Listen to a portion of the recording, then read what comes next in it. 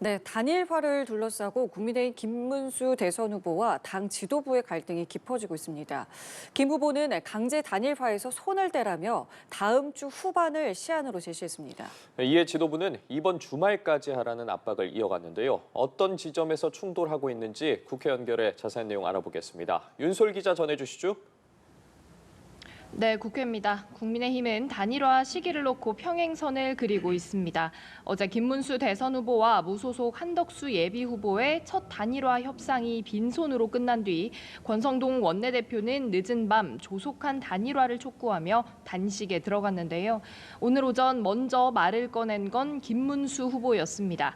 김 후보는 긴급 기자회견을 열고 다음 주 수요일 방송 토론회를 한 차례 열고 목요일과 금요일 여론조사를 통해 한 후보와 단일화를 하자는 제안을 내놨습니다.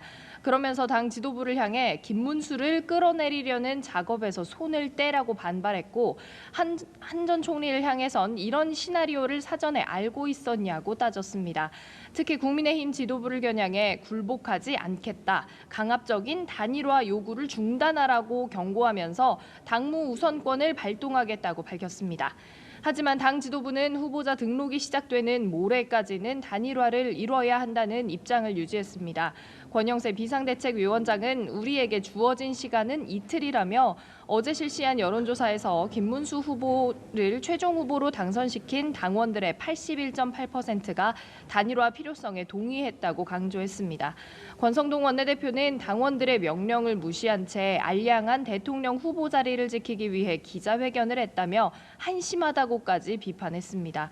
후보자 등록이 끝나는 11일까지 작업을 마무리해야 무소속인 한 후보로 단일화될 경우에도 정당기호 2번을 받을 수 있지만 갈등의 골이 깊어져가면서 가능성이 점점 낮아지는 분위기입니다.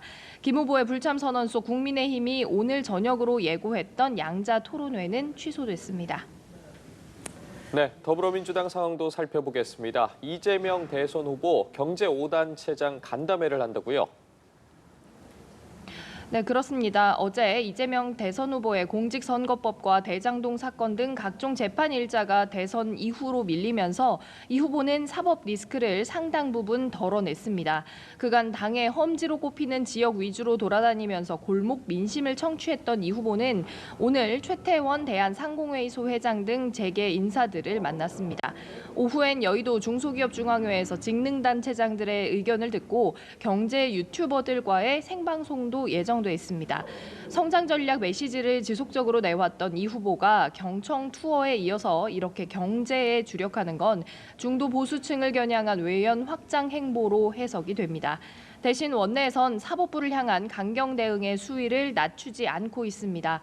바로 조희대 대법원장을 겨냥한 특검법을 추진하고 나선 겁니다.